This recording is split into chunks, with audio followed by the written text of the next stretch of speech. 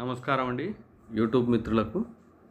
ఆంధ్రప్రదేశ్లో తెలుగుదేశం, జనసేన, బీజేపీ కూటమి అధికారంలోకి వచ్చి దాదాపుగా ఈ 12వ తారీఖు ఆగస్టు 12వ తారీఖు వస్తే 2 నెలలు పూర్తి అవుతుంది. ఈ 2 నెలల్లో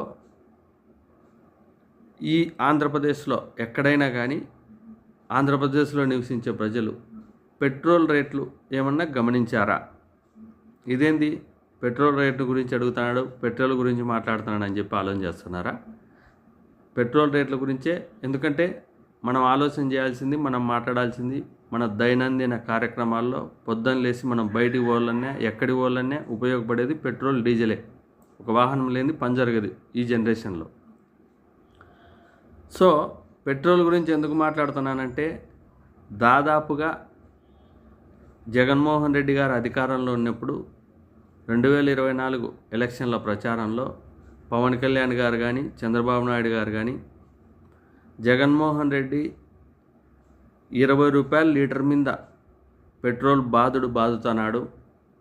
పొరుగు నుండి రాష్ట్రం తెలంగాణలో, అటు ఒరిస్సాలో, ఇటు కర్ణాటకలో, అటు తమిళనాడులో ఎక్కడ చూసినా పెట్రోల్ రేట్లు ఇంత లేవు.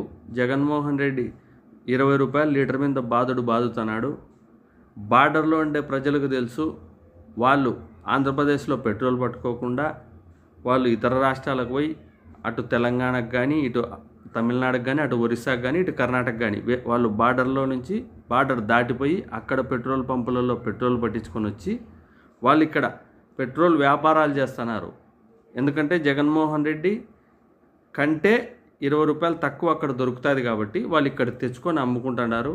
మరి రాష్ట్రం మధ్యలో ఉండే పరిస్థితి ఏమంటే, జగన్మోహన్ రెడ్డి బాధుడు భరించుకుంటూ ఎప్పుడు ఎలక్షన్లు వస్తే అప్పుడు జగన్మోహన్ రెడ్డికి బుద్ధి చెప్పాలనే నినాదంతో వాళ్ళు ఉండారు. ఈ పెట్రోల్ బాధుడు భరించలేక జగన్మోహన్ రెడ్డి దాదాపుగా 5 ఏళ్ల పన్నా ఈ విధమైన బాధుతున్నాడని చెప్పి గట్టిగా వాళ్ళ సభలలో వాళ్ళు ప్రచారం చేయడం జరిగింది.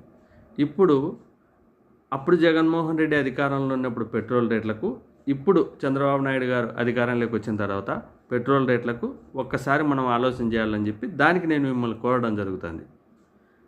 నేను కూడా మీ మాదిరి ఆలోచన చేసి, చంద్రబాబు నాయుడు గారు, పవన్ కళ్యాణ్ గారు అంత గట్టిగా మాట్లాడినారు కదా, వాళ్ళు ప్రజల మీద ప్రేమాభిమానాలు ఉన్నాయి కదా, ఏమైనా పెట్రోల్ రేట్లు నిజంగా తగ్గించింటారేమో అని చెప్పి నెల పూర్తయితేనే ఆయనది నెల మన రీసెంట్గా 2 రోజుల కిందట పెట్రోల్ పంపుకు పోయి అప్పటి వరకు జగన్మోహన్ రెడ్డి బాధడు భరించలేక ఇప్పుడు కనీసం తగ్గింటదిలే పట్టుకొచ్చుకుందాం, ఫుల్ ట్యాంక్ పట్టుకుందామని పోవడం జరిగింది. అక్కడికి పోతే సేమ్ యాజ్ ఇట్ ఈజ్గా జగన్మోహన్ రెడ్డి గారు అధికారంలో ఉన్నప్పుడు ఏ విధంగా పెట్రోల్ రేట్లు ఉన్నాయో ఇప్పుడు కూడా అదే విధంగా ఉంది. నేను ఒకసారి ఆశ్చర్యపోయినా, నిజంగా నాకు ఒక్కడికే అట్లుందే, మీకు కూడా అట్లుందే? ఒకసారి ఆలోచన చేసుకోండి. కానీ మాటలలోనే తేడాలు ఉన్నాయా, ఈడ ఏమైనా రేట్లలో కూడా తేడాలు ఉన్నాయా? ఒకసారి ఆలోచన చేయండి. సో ప్రాక్టికల్గా చంద్రబాబు నాయుడు గారు కానీ, పవన్ కళ్యాణ్ గారు కానీ మరి 2 నెలలు కావస్తుంది.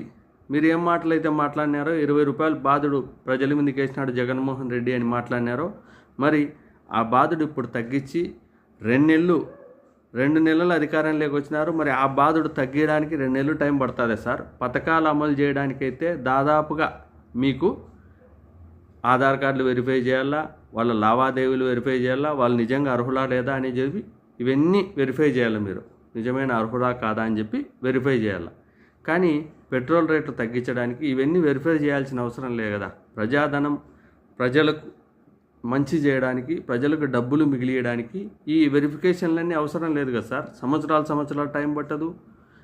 ఈరోజు నైటు మీరు ఒక ఆర్డర్ ఇస్తే పొద్దునకల్లా పెట్రోల్ రేట్లు తగ్గుతాయి. మరి తగ్గియండి సార్. 2 నాయకులు అప్పుడు ఆ సభలలో ఆమెను ఊదరగొట్టి మాట్లాడారు కదా. మరి ఒకసారి ఆలోచన చేయండి. సామాన్యుడి నడ్డి విరగకుండా కంట్రోల్ చేయండి. మేము కూడా ఫుల్ ట్యాంక్ పట్టుకుంటాం కదా, మేము రాష్ట్రం మధ్యలో ఉండేటోళ్ళమే కదా. ఒకసారి ఆలోచన చేయండి. బార్డర్లో అయితే అక్కడ పోయి పట్టుకొచ్చుకుంటాం. మేము ఇప్పుడు బార్డర్లో లేం కదా, మధ్యలో ఉన్నాం. ఎక్కడ పోయి పట్టుకోవాలా? మరి ఏంటి సార్ మీరు మాట్లాడే మాటలు? ప్రజలకు తెలియదు. కొంత వర్గం ప్రజలు పూర్తిగా వాళ్ళ అర్థం చేసుకోలేని స్థితిలో ఉంటారు. అటువంటి వాళ్ళను మీరు ఈ విధంగా మిస్లీడ్ చేసి పెట్రోల్ రేట్లు ఎక్కడి నుంచి వస్తాయి, పెట్రోల్ పెరుగుదలకు, గ్యాస్ పెరుగుదలకు రాష్ట్ర ప్రభుత్వం కారణమా, లేకపోతే కేంద్ర ప్రభుత్వం కారణమా? ఏది కారణము? చమురు ధరలు హెచ్చు తగ్గులు ఈ ధరలను నిర్ణయిస్తాయి అనే విషయం ప్రజలకు తెలియక మీరు నాయకులుగా చలామణి అయ్యే మీ వ్యక్తులు ఏవైతే చెప్తే ఆ మాటలు విని గుడ్డి గుర్తుగా ఆ నెల కాలంలో ఏవైతే వాళ్ళ మైండ్లలో చొప్పిస్తాడో, ఏ నాయకుడైతే బలంగా తీసుకొని పోతాడో అటువంటి మాటలు నమ్మి కొంతమంది ల్యాండ్ టైటిలింగ్ యాక్ట్కు, కొంతమంది పెట్రోల్కు, కొంతమంది డీజిల్కు, ఇట్లా ఏది పడితే అది మీకు నచ్చినట్టు మీ మీడియా ఉందని చెప్పి మీరు ప్రచారం చేసి అధికారంలో ఉండే పార్టీని బ్లేమ్ చేసి అధికారం కోల్పోయే విధంగా చేసి తీరా అధికారంలోకి వచ్చిన తర్వాత అదంతా ఏం లేదు, ఇదంతా వేరే, పెట్రోల్ రేట్ల కంటే మన రాష్ట్రంలో అందరికంటే తక్కువ రేటు తగ్గుతుంది అనే విధంగా మీరు ప్రచారం చేసే సంస్కృతి తీసుకొస్తున్నారు ఈ మీడియా ద్వారా. దయచేసి ప్రజలు గమనించండి. పెట్రోల్ రేట్లు కానీ డీజిల్ రేట్లు కానీ రాష్ట్రాల పరిధిలో ఉండవు. వాటిని తగ్గియాలనే పెంచాలనే కేంద్రం పైన నిర్ణయం ఉంటుంది. ఇప్పుడు వీళ్ళు అధికారంలో ఉన్నారు, మరి కేంద్రంలో కూడా వీళ్ళ కంబైన్డ్లో ఉండే పార్టీనే అక్కడ కూడా ఉంది. మరి వీళ్ళు రాష్ట్రంలో మన బాధలు తగ్గియాలంటే తగ్గియచ్చు కదా, పెట్రోల్ రేట్లు తగ్గొచ్చు కదా. వాస్తవానికి అయితే ఇప్పుడు కర్ణాటక, తమిళనాడు కంటే మన దాంట్లో 10 రూపాయలు తేడా ఉంది.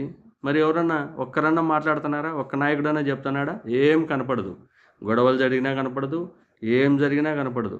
నిజంగా వీళ్ళు ప్రజల ఓటుతో గెలిచినారా లేదా, అందరూ సందేహపడే విధంగా ఈవీఎంలో ట్యాంపరింగ్ వల్ల ఏమైనా గెలిచినారా అనే సందేహాలు కూడా కలుగుతున్నాయి. ఎందుకంటే ప్రజల మాటలు, ప్రజల భావాలు వీళ్ళు లెక్కలేక తీసుకున్నప్పుడు ఇక్కడ జరుగుతున్న విషయాలు చూస్తే అవే వ్యక్తమవుతాయి. దయచేసి లైక్ చేయండి, షేర్ చేయండి, సబ్స్క్రైబ్ చేయండి.